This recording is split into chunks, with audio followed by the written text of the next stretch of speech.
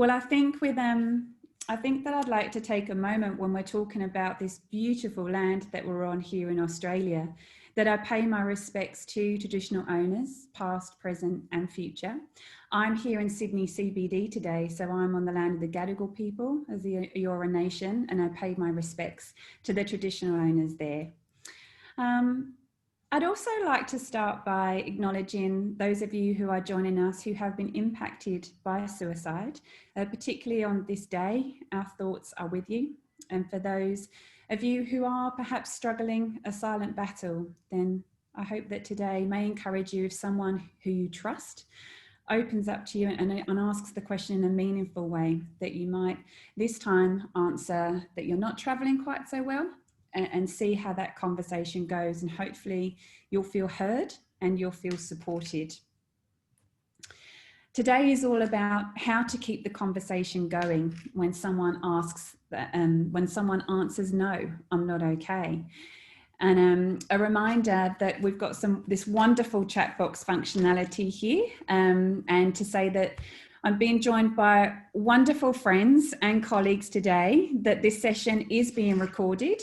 And you can pop some feedback and questions in the chat function, and we'll try and get to as many as possible. Now, of course, if today's webinar does bring up some tough emotions for you, it's okay to excuse yourself. It's okay, we won't be offended. Please take some time for yourself. And if you need some extra support, either for yourself or for someone you're worried about, the support services we have here in Australia are not just for those who are struggling, they're also for others when we're worried about someone, so we can all call on them.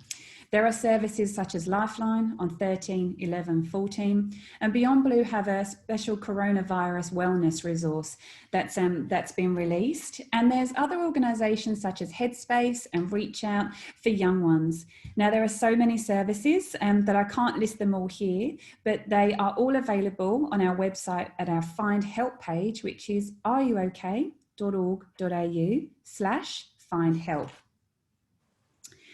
Now, I'm joined by some wonderful people today, but I'd love to just give you a bit of background on Are You OK?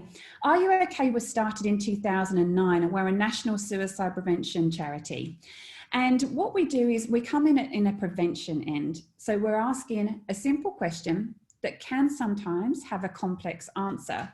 But what we're trying to do is let people know that, in the words of our founder, Gavin Larkin, a conversation really can change a life. And the way in which we do this is, in his words, is to consider that today, on Are You OK Day, is a timely reminder that we think about someone else other than ourselves.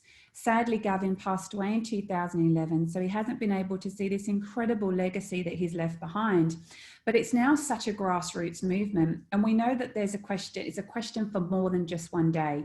It's important that we build this culture all year round of looking out for people. And Are You OK is a little bit different. We're actually talking to the people around the person that needs help. So we're talking to you as friends, as family members, as colleagues, neighbours, teachers, supervisors.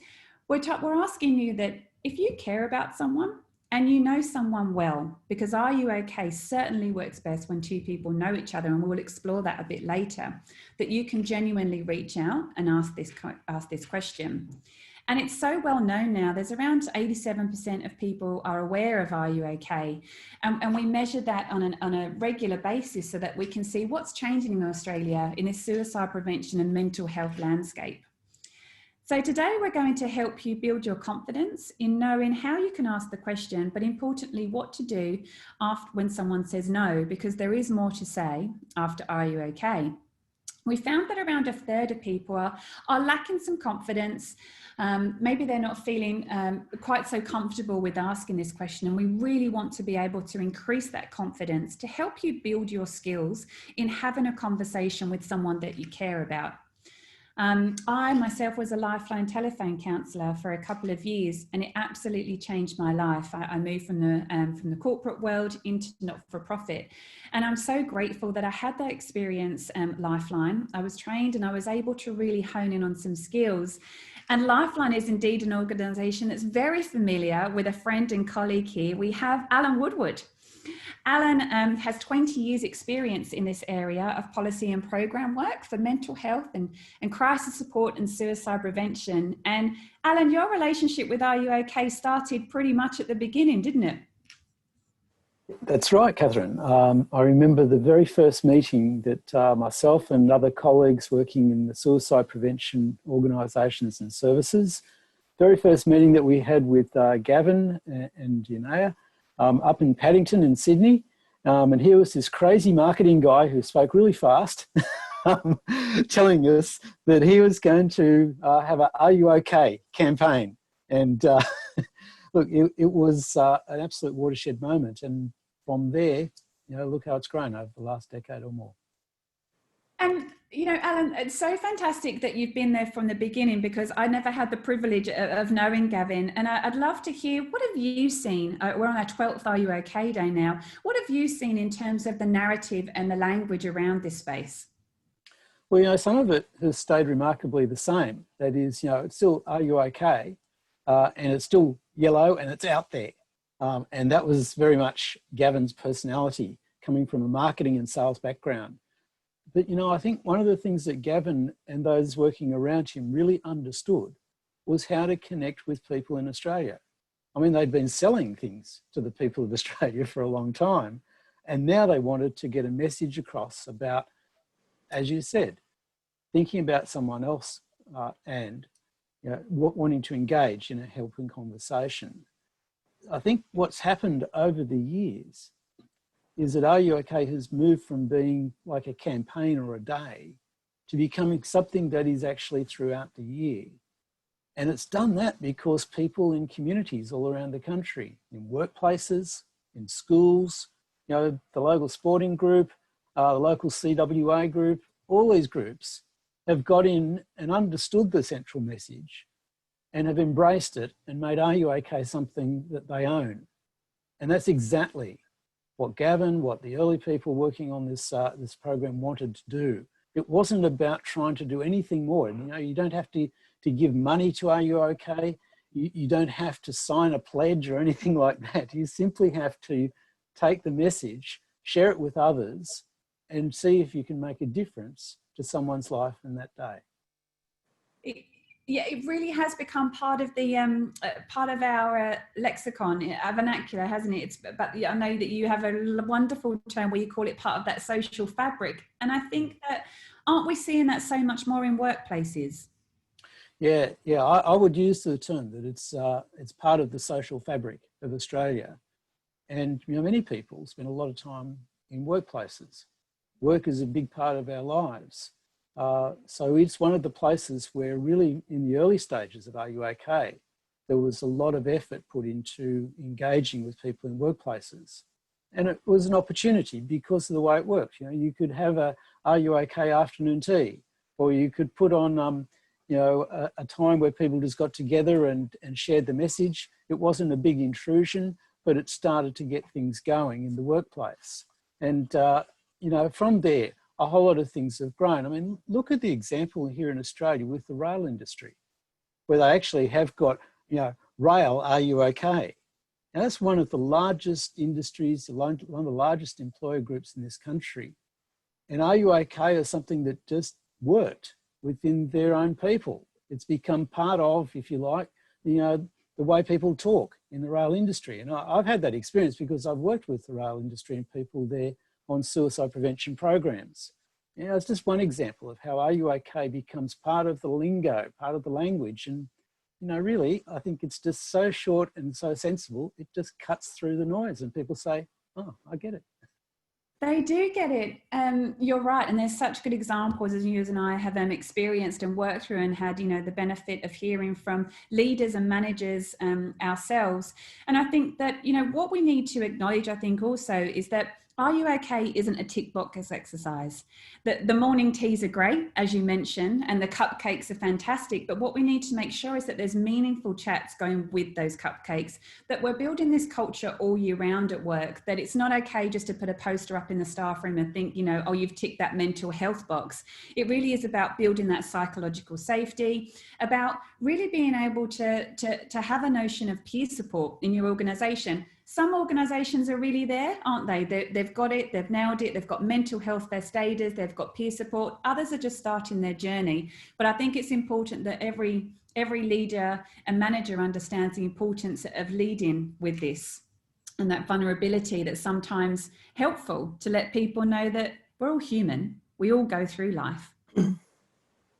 Yeah, absolutely. Now, one of the, thank you, Alan. I'd also love to introduce a colleague new to the Are You OK team, who's Stephen Satour. Stephen, a proud Aboriginal man from the APY lands in Central Australia. Stephen, you've had a journey over the last couple of years, and look at you now. Here you are doing a webinar for, for so many people. Can you tell us a bit about what you've seen over the years, and I'd like to hear what you saw and heard before you joined the team. Yeah, well, thanks for having me. So to also pay my respects to my elders, past, present, and emerging. I'm here in Mbantua, Alice Springs, and I'd just like to acknowledge everyone else's country all across these lands.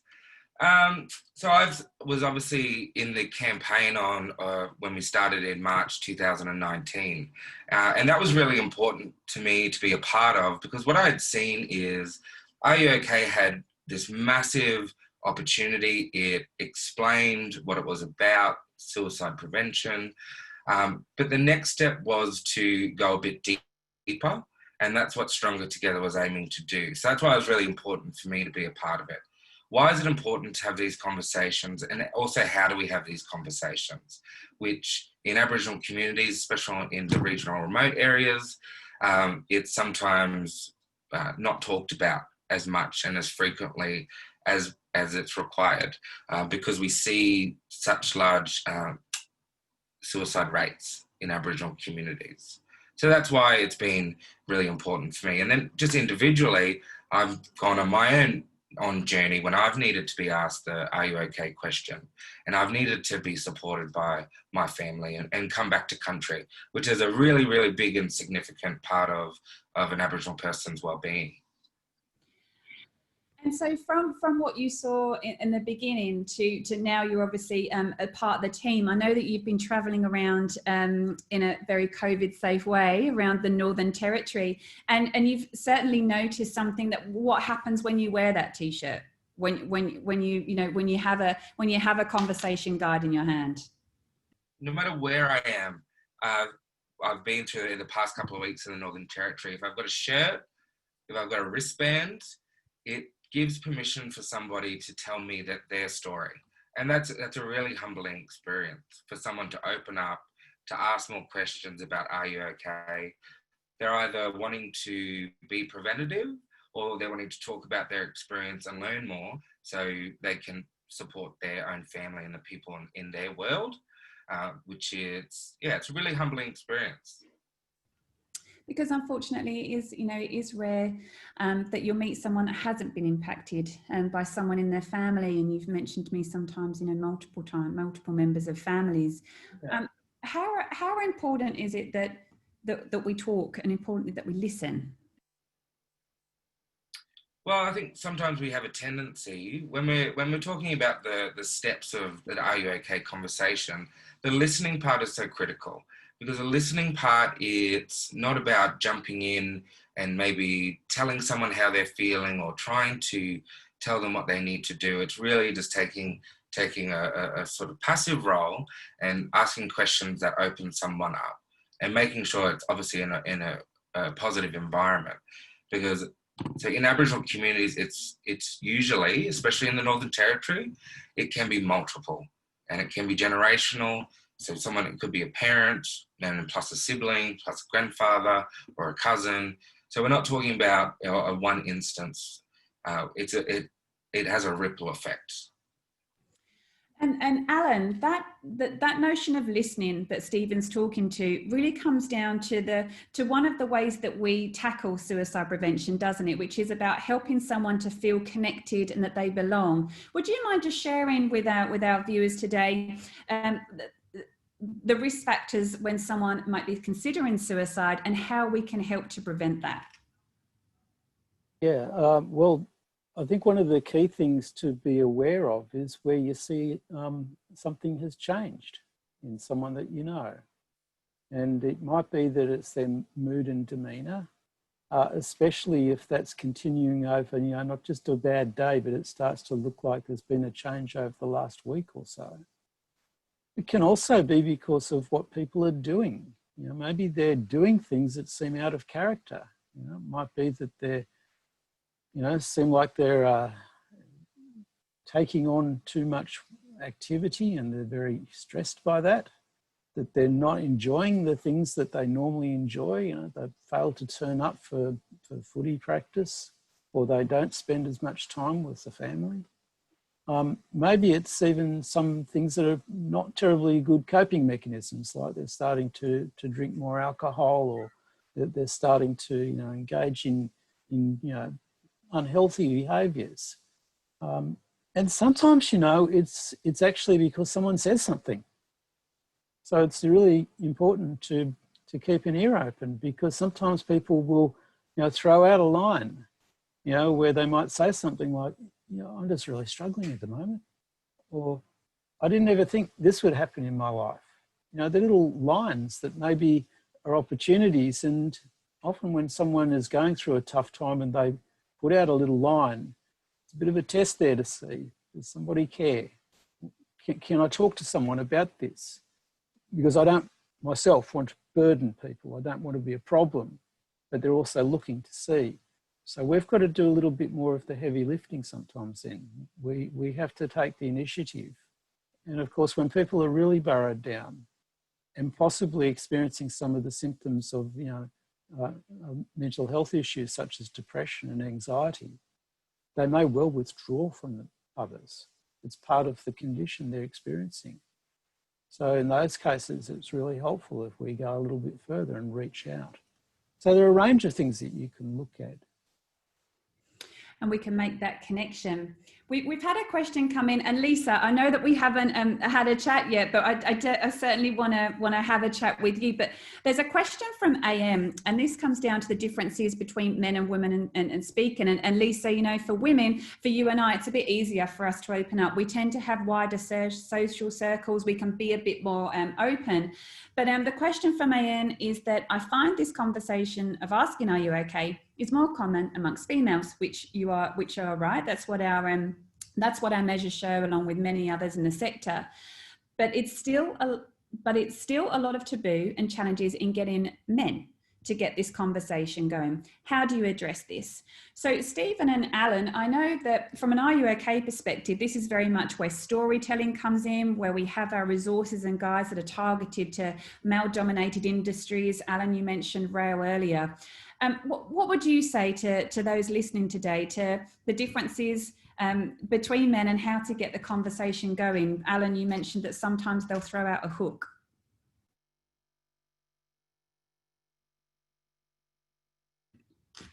Either Alan or Stephen, whoever wants to go first. I'll jump in. So this morning I had breakfast with a lot of service providers and Aboriginal mob here in Alice Springs. And I was amazed at the turnout was predominantly men. And men from a program called Live to Ride. So I suppose coming up with different ways or different contexts which men might traditionally come together is a really important process, part of having those Are You OK conversations. So the Live to Ride sort of addresses a whole range of different things. Getting a license, number one, having an outlet, and being able to, I suppose, be in control of something such as a motorbike or, you know, a vehicle. So that was really, really, really great that all those men came along to this morning. So I really emphasize on the context and working with, you know, different groups of men and how they communicate socially. I think it's about sense, isn't it, Alan? Yeah, I'd go along with some of the things Stephen just said. You know, in my town last Friday night, we had a group of men meet under what was called a man talk down at the local club. And I come from the town that has a man walk. So So the man walk is a weekly walk where if you want to get up really early, you can just go and have a coffee and a walk with some other blokes. You know, I think these sort of things are so important, and they're very much aligned with the essence of Are You OK? That is, you don't need to make it big and professional service. There's a real role for these basic informal chats and supports. They're hugely important, and often they're the first point of contact. You know, some research that's been done in Australia over the last year or so, the University of Melbourne researchers found that about half of the Australian population, when asked, said that they believed that only a health professional, particularly a mental health professional, could engage with and talk with a suicidal person. And yet some of the other research was done through the Black Dog Institute, where they actually asked people who'd survived a suicidal crisis or an attempt to end their life, found that less than half of those said that they had disclosed anything about their suicidal thoughts and intentions to a health professional in the 12 months prior to their crisis. So straight away, we've got this like dichotomy that on one hand, yeah, sure, the professional services are important, and we're lucky in this country to have many services available, not maybe always at the time we want, but we do have many services, including, of course, you know, the GPs. But the reality is that many people who are going through struggles will look initially to people that they trust and are immediately around them. You know, their family members, their friends, so on. So that's where things like, you know, the man walk is so important, because it creates a safe place and it gives permission to maybe have a conversation. One of the great myths about men is that men don't want to talk and don't want to share what's going on in their life. And that myth has sometimes resulted in quite helpful reinforcement of men not talking. In fact, many men do want to talk, but they want to do it in a particular way, and they want to do it with people that they feel safe with and comfortable with, and they want to talk on their terms. And in that sense, men are no different to anybody else. We all want to be able to talk about our feelings and what's happening in our life in our terms. And for a person to be truly listening means that they listen to what the person is saying, not try and guide them to what they think they should be saying, or try and say back to them things in a different way, but actually let someone express what's happening in their own terms. And that's incredibly powerful and useful for a person who's going through struggles. Absolutely, and there's two things that I want to come to, which is, one of them is we are going to talk about what to say and do if someone says that no, they're not okay, and listen is absolutely the next step. But just before we get to those, you mentioned there, Alan, that you come from a town where there's a men's walk and a men's talk, and that really brings us to Lisa, one of our community ambassadors, a good friend who is in Woolgoolga in beautiful New South Wales. And Lisa, every life lost is a tragedy, and sadly you lost your mother to suicide, so we are all thinking of you today. Our hearts are with you. Now, you have wonderful examples of just how impactful it can be when a community comes together to show that they care. Would you like to tell our listeners here today about that?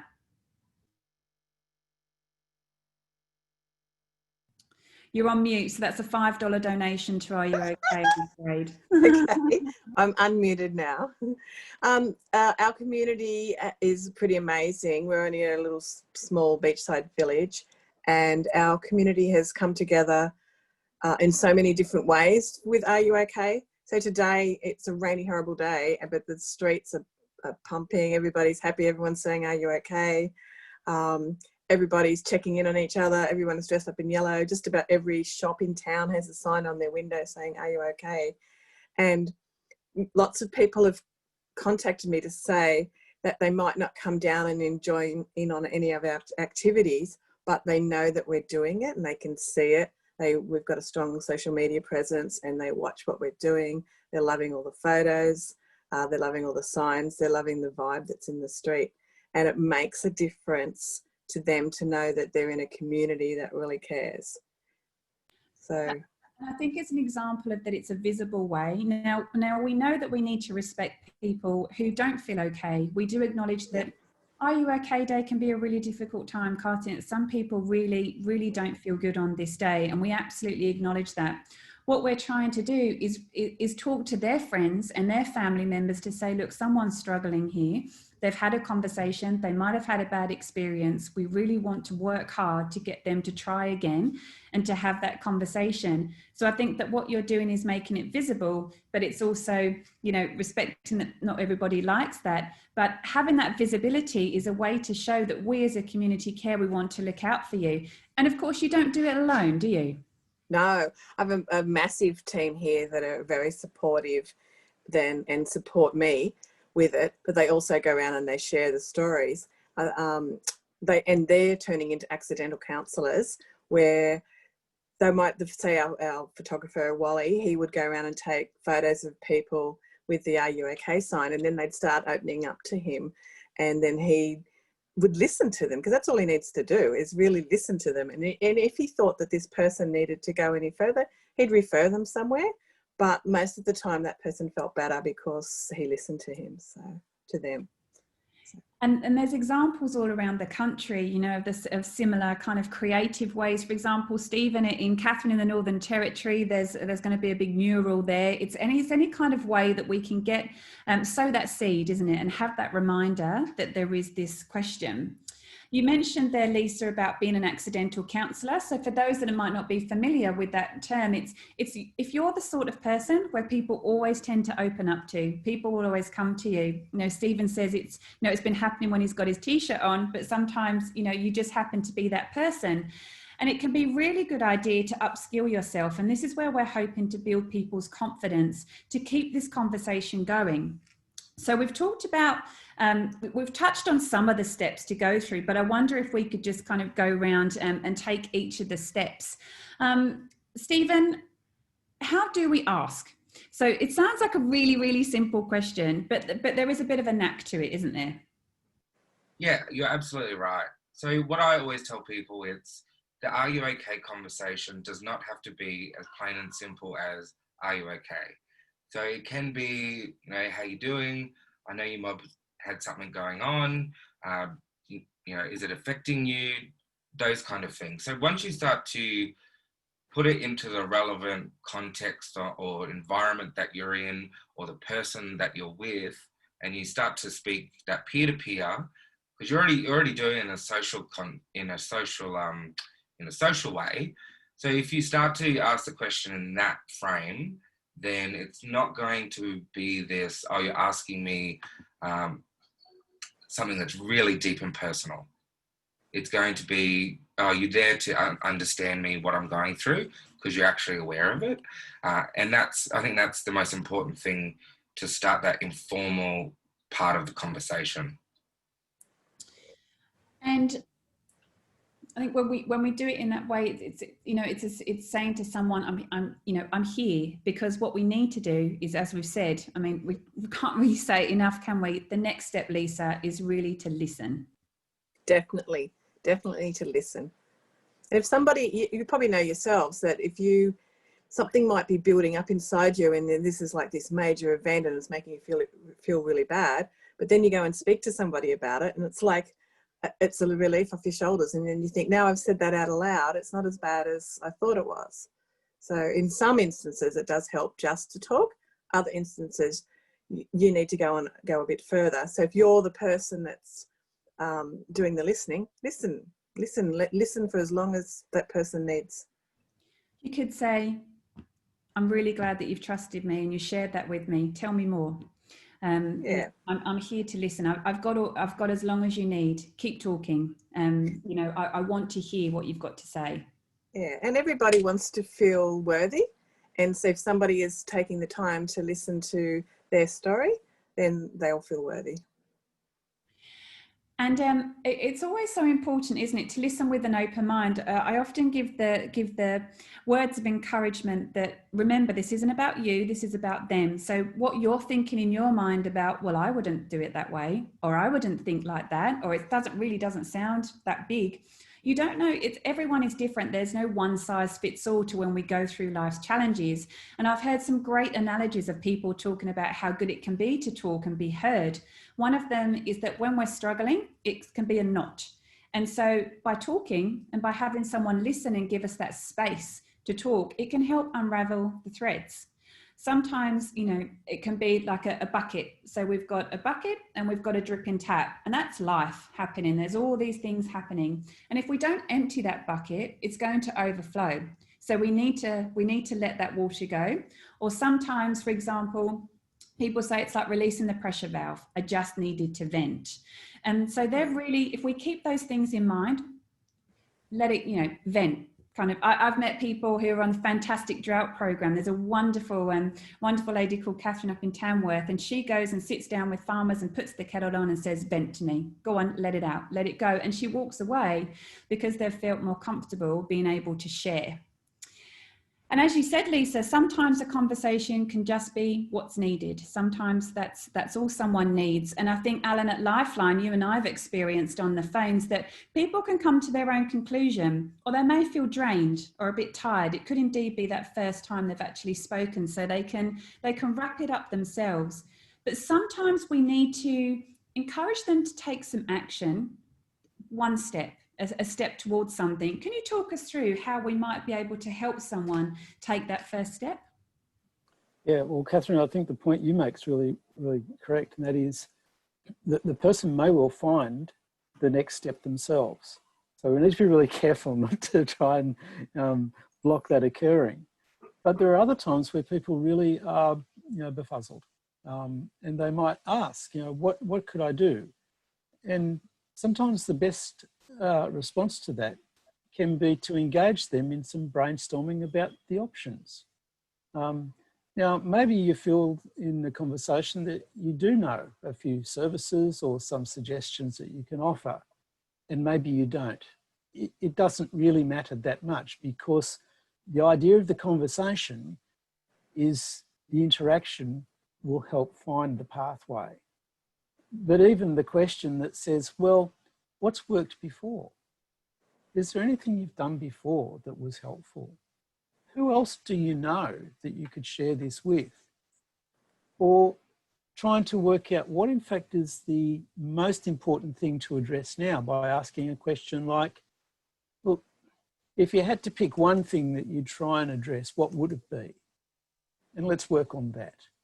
Or maybe even after listening to someone to say, it sounds like you've got a really basic need just to get through next week and get enough food on the table. What can we do about that so that some of the practical things are addressed? Because, you know, one of the things that often occurs is where a person's life has just been thrown upside down through something like a bushfire event or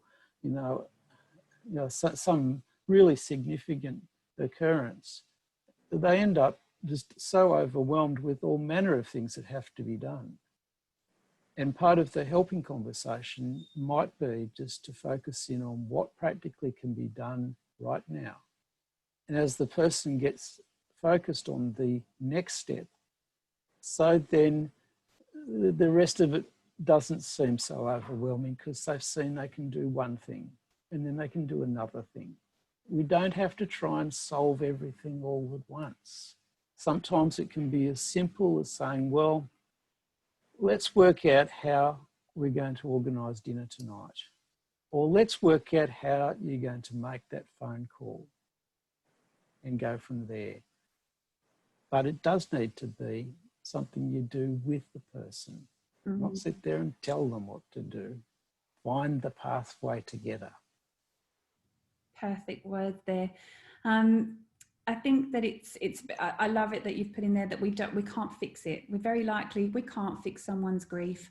We can't fix someone's relationship. We can't be there sitting in the exam with them. It's very hard to be able to fix it. So acknowledging that ourselves, we're not experts and we likely can't fix it, but we can find a pathway together I really hope people really take a lot from those words there.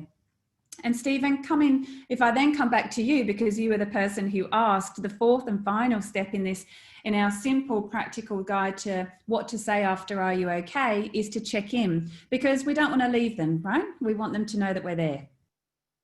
Absolutely. And I think what Lisa and Alan were just talking about, following on from them, that's a critical part of the taking action part and the checking in part. So I'll just give you a personal story. Recently, I had a friend who had someone in their family pass away, which was really significant for them. And they were responsible for a lot of the family aspects that were involved in the funeral. So having that conversation on "Are you okay?" It's in that first instance, in that week of grief, was no. No, but thank you. I want to talk about it, but I can't do it now because I just have to do what I have to do, but I want to talk about it after. So that listening part, it might not be right then and there that it opens up. It could be a day, or it could be a week, or 2 weeks later. So the timing is it's no defined listening time frame and the actions. And what I've come to, I suppose, really understand in all my conversations that I've been having across the Northern Territory in particular, it does come back to just making sure that a person does feel worthy and does feel loved and does feel heard. And that's the really critical part, and being genuine in how you ask the "Are you okay?" conversation. And, sometimes it's okay for us to also ask if we can check in, isn't it? Sometimes I'll say to someone, look, I'd love to check in with you again. Is that okay with you? Is it okay if I call you or give you a message later? I know you're a bit tired now, but can we go for a walk on the weekend? Or can we have a follow-up meeting? If it's someone in a team, can we have a chat next week? Can we have a follow-up meeting? I want to hear how you're going. Absolutely. Because really, sometimes that can be the one thing that people are holding on to, can't it? It can be, we can't stress enough. If you've said to someone that you're going to check in with them, if you said that you're going to follow up, please, please, please do so. If you need to put a note in your diary, write it down, put it on a big sticker on the fridge, then do that. But please, please check in when you say you will, because as Stephen and Lisa and Alan have said, that connection really makes them feel valued and it helps them be heard. They're our 4 steps to an "Are you okay?" conversation. And I know that quite often people are saying, what else can we do? Now, there's great organisations like Living Works, Mental Health First Aid, the Black Dog Institute. They run courses for accidental counsellors or online suicide prevention training. And I think the more that anyone can do, the better. Of course, this is a lot what we're learning, but Lisa, it's so important, isn't it, that we look after ourselves first? Oh, Lisa, it's another $5 donation, I'm afraid. I thought we had people to do that. It's like the old analogy of in the aeroplane, and they say to put the mask on yourself before you can help anyone else. That's the same with life, with dealing with difficult situations. So definitely always look after yourself and reach out. If you feel like you need some support, reach out. So there's always somebody there. There's always somebody there. Make time that you're okay before you can ask somebody else if they're okay. Yeah. And there's things like mindfulness, which is really awesome for clearing your mind. There's things like a gratitude diary that keeps you thinking positively. I used to think that a gratitude diary was something a little bit silly, and then I started one and I thought, oh, this is great, because all day I was thinking of all the positive things that I was going to write in my diary that night and not thinking of anything negative. And it's just a fabulous way to look after yourself and keep yourself, your mind on a positive track. Good tips there. Thank you, Lisa. Alan, did you want to mention anything there? I saw you came off mute, or? Not No? in particular, other than say, I think the gratitude diary is a wonderful thing. And, yes, this is part of, I guess, not just our own self-care, but it shows we are able to direct our thinking so that we are able to cope with all manner of things. And sometimes our thinking works against us. It creates destructive or, or cycles of thoughts that are unhelpful. And this is part of the reason why conversations can be so important, because they can actually break the cycle. And even the fact that somebody says, look, how are you going? Would you like to sit for a while and tell us what's happening? Are you okay? Is going to break a cycle that may simply get more and more negative. And I think this is why the more that we try and reinforce, actually within ourselves and with each other, we are able to make a real difference. This is not just, words and a bit of a flash in the pan with a day a year. This is about how we live, breathe, and work. This is how we actually can together deal with all the things that life throws at us. And it's something that we need to learn from a young age. This looking out for our mates, looking out for people is something that we can all learn when we're children. And we've got a question here from Julian. Shouldn't the conversation start with our children in terms of understanding their feelings and reaching out for support? Days like this are great, but I feel this discussion needs to happen on a regular basis. Stephen, Lisa, Alan, what would you say to that? Oh, most definitely. In Woodward, we're really lucky that our primary schools get very involved in Are You OK Day. And the kids have made posters that reflect their feelings about Are You OK Day and reaching out to other people. And the whole time that the kids are doing these posters, they're having discussions with their teachers, with their other students in their class, talking about kind things and being nice. And so if we teach them to be kind in primary school, by the time they get to high school, they're going to cope better with bullying or in peer pressure and so on. And then they'll turn out to be beautiful adults. And Stephen, with young Aboriginal boys and girls, how important to get the conversation started amongst them, given the very sad and tragic suicides that we see? Yeah, I mean, suicides are happening at such young ages. Here in Alice Springs, we've had someone that was young as 11 that's been taken by suicide. So it's really, really critical. And the other thing I would add is sometimes we get told there's a blueprint for life, that if you go to grade 12, if you go to uni, get a job and if you achieve all these things, then life is really great. But no matter what you do, there's always going to be some trials and tribulations and barriers and obstacles to overcome. So if we're not talking about the inevitable of those things going to happen, then it's really difficult to, I suppose, not feel less than because you haven't achieved X, Y, or Z. So I think incorporating that into young people as well is really important. And Alan, we've got a couple of comments here about people asking about, the impact of COVID on young people. And I'm asked this a lot, how are young people coping? How can parents talk to their young ones? I think, what are you seeing and hearing in that space, firstly? Yeah, well, I think you'd be finding the full range of experiences and reactions across the country. And certainly for some young people, this is a time of great stress, particularly because there's been some impacts maybe to their schooling and education or to some other activities in their lives. It's always a challenge, I guess, for those in parts of the country where there are restrictions on movement at the moment with the virus. People get cooped up in a house with their families, and that can be difficult. And of course, people who already were having a stressful time, to have this come on top of things has just amplified things. So it's probably a bit unrealistic to say all young people have the same reaction, but it would certainly be the case that for some young people, this is a really tough time, and some of the circumstances I've just outlined give you some pointers.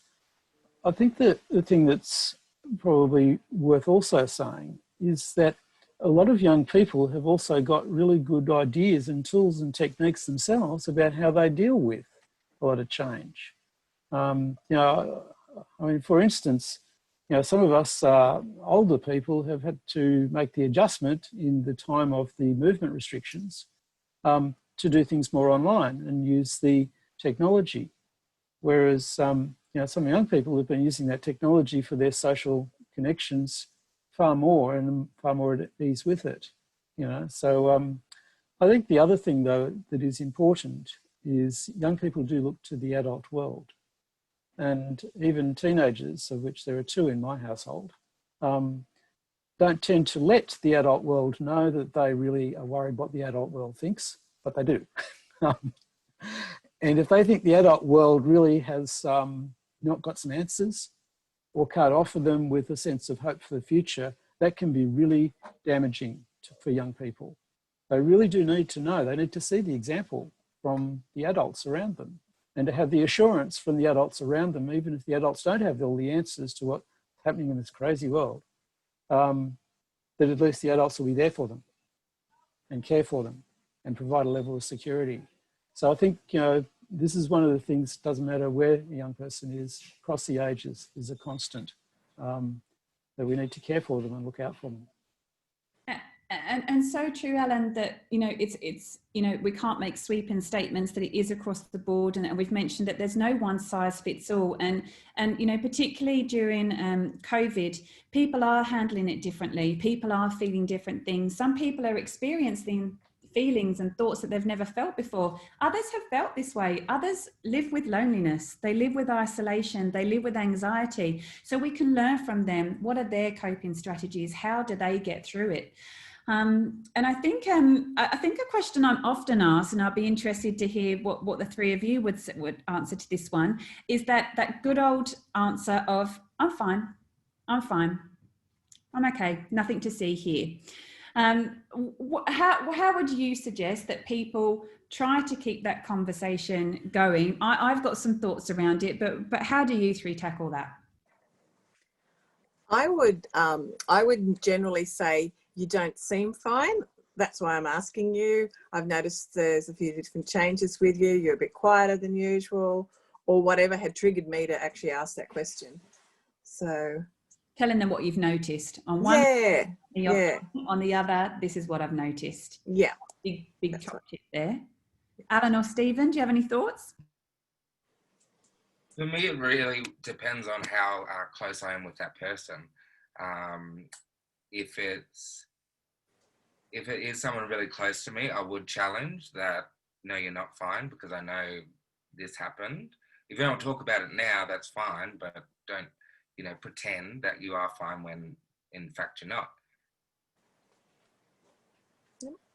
Yeah, I think there's a whole range of ways you could respond, and it is very much a judgment and who the person is in the situation. But if I could throw an extra one in, rather than get into almost a debate with someone as to whether they are fine or not fine, it may be another course of action is to almost walk around that issue and to simply confront what you're seeing and have a conversation about stuff. So the person who maybe you observe has, you know, had a real mood around them for more than a week, and you say, are you fine? And they go, yeah, I'm fine. Rather than debate whether they're fine or not, maybe just have the conversation and say, how are you feeling about such and such that's happening? Or has anything changed recently in your life? To try and see if there's another avenue. And if I could put it out there a little bit courageously, sometimes with men, asking if they're fine will always get an affirmative answer. Because sadly, some of the pressures around relatively outdated ideas of masculinity is that the man always needs to be in control. So they'll always say, I'm fine. Yep, got it covered. And I'm going to solve any problems myself. And it's not a helpful thing to try and debate that with somebody who's thinking that way. It's far more helpful to go around the issue, I think, and say, but I'm here for you and I'm interested in this experience you're having or what I observe. Do you want to talk about it? Absolutely.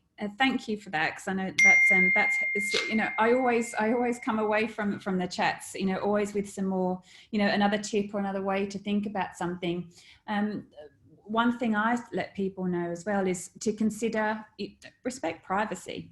You know, if somebody really doesn't want to talk, then Are You Okay is not about harassing them. It's not about pressuring them to open up. It's about saying, okay, I can see, you know, you could try your different avenues. You can try that this is what I've seen, but if they really don't want to talk to you, then you need to respect that and take those tips as to say, you know, there might be somebody else you can talk to, or look, I can see you don't want to talk right now, but if you ever do, I'm here to listen. We have got time for one more question. And this is a question from Nick. I'm already managing a lot every day in my role at work as a senior manager. How do I find time for this? Does it really even make a difference? Steve, I'd love to throw to you there, because you're starting to, you know, you're speaking to organisations now, and you're, you know, as a part of our small team. What are you seeing and hearing in answer to that? Well, I think it's a shift in the workplace culture, that we do make time for it. So your busy schedule, people are starting to think different about it. That you do have to have that 10 minutes or that 5 minutes of self-care time. So sometimes, for me, are you okay conversation is with myself and just checking in with myself. So that, you know, have that 5 or 10 minutes, or maybe it's with another senior manager who might be experiencing the same level of busyness and time constraints that you are as well. So I think the positive thing is workplaces are changing to make sure that wellness and well-being is really a part of the workplace. And I think what you've touched on there is really important. I think we've all, you know, and Lisa and Alan, I'm sure you'd agree, we've all had to adjust our timings, very much so, haven't we? And we've all had to be a bit more flexible. So I think that, you know, whilst you might think I've not got time for it, it's about building this culture and this safety culture whereby we have to find a bit of time. It's our duty as managers, but it's also our duties as someone who cares and works alongside someone to have that 5 or 10 minute check-in. And so whilst it may feel that it's another thing, you know, piling on top, it's, you know, consider flexibility, consider ways that this can work for you as well, and not just that person. Alan and Lisa, would you have anything more to add there? Not really, no. I think Steve covered that really well. Good. Yeah. Well, look, we're drawing to a close on this World Suicide Prevention Day and Are You OK Day. What a pleasure it's been to speak to the three of you and see all these fantastic faces who have been watching us today. We've had a lot of people joining us, and I hope that you've taken away some practical tips. And I really hope that we've helped to build your confidence, to know that you have got what it takes to keep the conversation going. You can head to areyouok.org.au. We've got a how to ask page, and that can recap the steps that we've spoken about here. There's also an interactive video where you can have a practice at a conversation where someone does answer, no, I'm not okay. So please go online, have a look at some of the resources, take it importantly to your dinner tables, to your cars, to your communities, your schools and workplaces, because it really is a conversation that can change your life. Thank you everyone for joining us today, and take care.